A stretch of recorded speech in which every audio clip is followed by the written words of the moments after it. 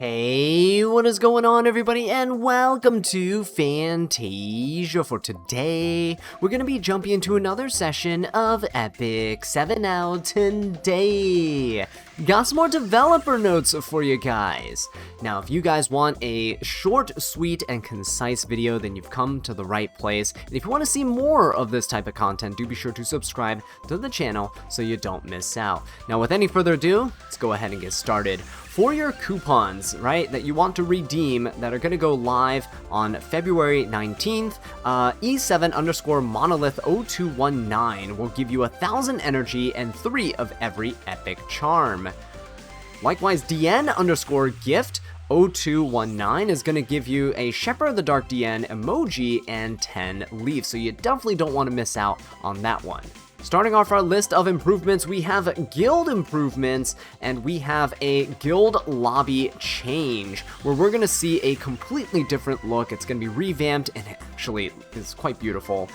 They are also going to be adding things where you can click in the background to access certain content, and some visual changes as well. For example, when Guild Wars are active, the doors are going to be open, and when Guild Wars are unavailable, the doors will be closed. There's also going to be customization for you to put up banners and other decor around the guild hall, so that is a really nice personal touch.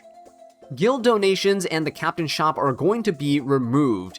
They wanted to streamline rewards and such for the guild, which is kind of nice, and so they're going to be replaced with a weekly supply chest.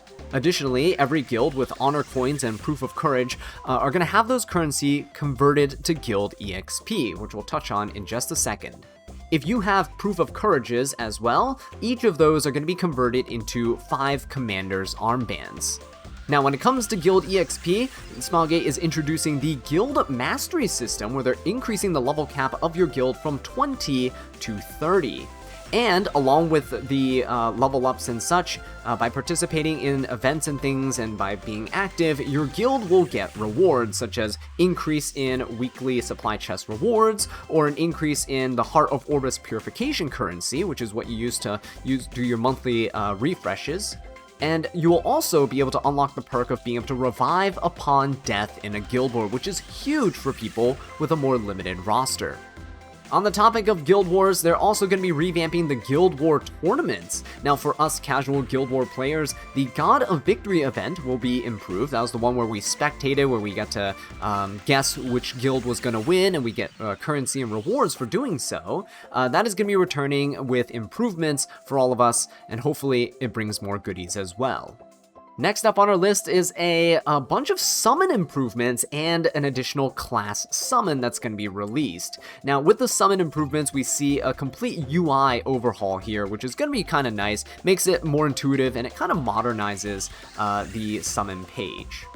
What we're also going to see that I was surprised by is that they're removing friendship bookmarks, and so you can no longer use friendship currency to purchase them. Instead, they're going to be replaced with a lesser artifact charm that you can buy, which is actually kind of a win. We're also going to see a feature that allows you to auto-sell 3- and 4-star heroes and artifacts, and on top of that, so you don't have to do as much inventory management after summoning, they're also giving you 100 additional artifact slots. Now, it wouldn't be a summon improvement unless they were improvements to the actual summons, so we see here that they are introducing something called the Total Summon Count Rewards. These are cumulative rewards on each banner that allow you to gain things along as you summon more, right? Which is kind of nice. The 121 gang is now going to be replaced, and we basically have a 111 gang. Doesn't roll off the tongue quite as well, but 120 pity for units on the Covenant banner have now essentially been reduced to 110 due to the rebate you get on bookmarks by summoning. At 145, you essentially get to pity a copy of the artifact. At summons 170 and 200, you get another copy of the hero. And at 225 summons, you will get another copy of the artifact. And it looks like at 150 summons, you can actually obtain an unknown slate as well. Now, as we all know, not everything is created equal, and the new banners are shiny and desirable, and the rerun banners not so much. So for any hero rerun banner, Smilegate has applied the same benefits here, but to a different degree. Now, instead of 120 to pity a rerun unit, the summons will be down to 96 with the Covenant Bookmark rebates that you'll get from summoning. Additionally, at 105 summons, you'll get 4 Molagoras, and at 140 summons, you can get a copy of the artifact. Fortunately for us, Smilegate is being very generous here and extending these banner improvements to the Mystic summons as well. For the first 30 polls, they are going to apply a 30% discount on your summons. And that's absolutely amazing, but why did you do this after I pitied on the last Mystic banner? Full pity, by the way. In addition to the Mystic improvements though, they are looking at the rerun cycle for Moonlight 5s, and they are going to try to adjust it so that people can access them a bit easier so they can jump into PvP like RTA and Guild Wars more easily. And last but not least for the summons, we have the new class summon, which we're going to be introduced to the artifact Glorious Throne. This is a night exclusive artifact, and it is, yes indeed, going to be the equivalent of 3F, which is an artifact that people have been begging for a rerun for a very long time. So if you missed out, this is your chance to snag a copy. You definitely don't want to miss it. So we've seen improvements to Guild Wars, but how about Arena? For Arena improvements, we see that in Champion 4 and higher, the points lost on failed attacks or failed defenses will actually decrease, allowing people to climb more smoothly, right? You won't just decay 3 ranks overnight just because you didn't play, which is going to be really good touch, right? Helps people get your first time rewards as well. Additionally, they are introducing something called the Arena Defense Guide System. This will actually allow you to see teams that have the highest success rates versus certain defenses. So if you're having trouble with a defense, or you seem like a defense looks intimidating, then you can see what the most efficient way to beat that team is. On top of that, speaking of intimidating teams that you don't want to see, Smilegate is now letting you reset up to 5 times a day without breaking your win streak, so now you can essentially fish for better matchups. Smilegate has also increased the team slots from 10 to 20, allowing you to build a wider variety of different teams to tackle different team comps and situations. Now, when it comes to new content, Smilegate is going to be dropping the Orbis Gladiatorium Call of the Heavens. This is a little throwback to the Gladiatorium thing that they ran earlier with the preliminaries. So if you played in, I think, November of 2025, and you'll know what they're talking about here. We did that little intro to the mode, and they're essentially made a bunch of improvements to it, and they're going to be releasing it for us to play for real. They've also mentioned that they're going to be releasing something called the Strategic Archive. I don't know much details on that, but if it's any tactical content with some sort of like puzzle or something, that would be kind of interesting to see. And last but not least, they also have the Monolith Showdown. They're going to be making its debut. Next up on our list is 3 new heroes on the horizon. Ruiza, who is going to be a 5-star unit that we'll cover in a separate video, so if you don't want to miss out on the first impressions to her, do be sure to subscribe to the channel so you don't miss out. We're also going to see a tactical archetype Kohli. Now, Kohli is actually a art contest winner from the China server, and it's a little strange because usually those winners are going to have limited units made from them, but in this case, she's actually going to be in the standard Covenant pool, and she can also be imprinted by the regular 4-star Kohli. Last but not least, in the new character pool, we're going to see the Mystery Man, or what I'll refer to as the Mystery Man here. He seems pretty nice. It's good to see another male character, hopefully. Male character, going to be introduced here, and he looks kind of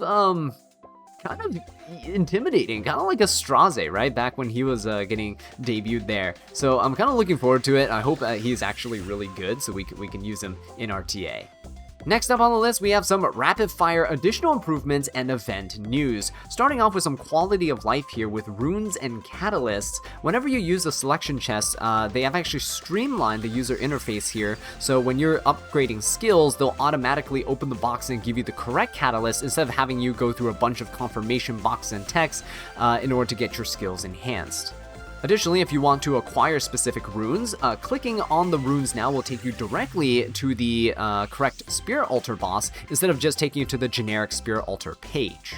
And this one's actually a little bit unexpected, but World Arena is actually seeing a little bit of a change here with soul tracking being introduced. Unfortunately, this is limited to only World Arena right now, but this will actually allow you to see the souls of your enemy, right? The exact soul counter.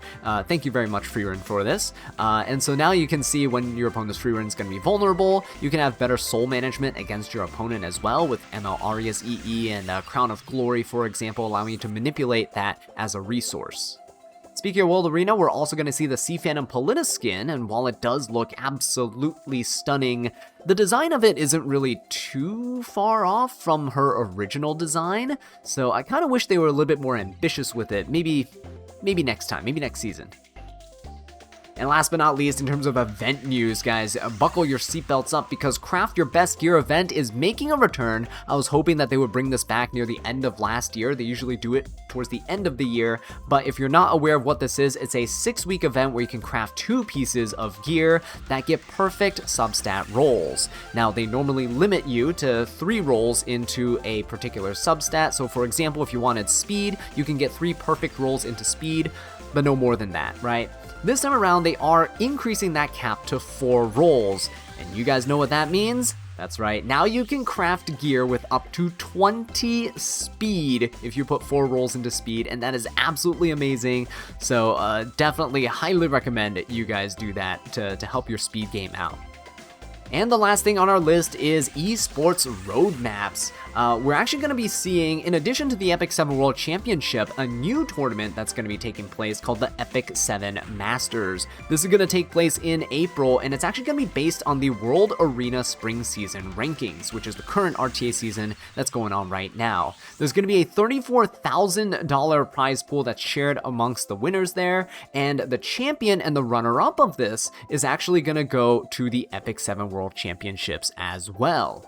Now, the developers have actually mentioned that the next 2 update cycles are going to be on a 6-week schedule instead of the regular 9-week schedule, accelerating the content that we're going to be getting. And so version 8.3 is going to be dropping on April 2nd. This is going to be a huge update that has a new episode, new content, and new systems that will be introduced. So again, if you don't want to miss out on future coverage, do be sure to subscribe to the channel. And again, if you appreciated this consolidated version of the news with nice visuals and things to boot, do be sure to subscribe and leave a like as well.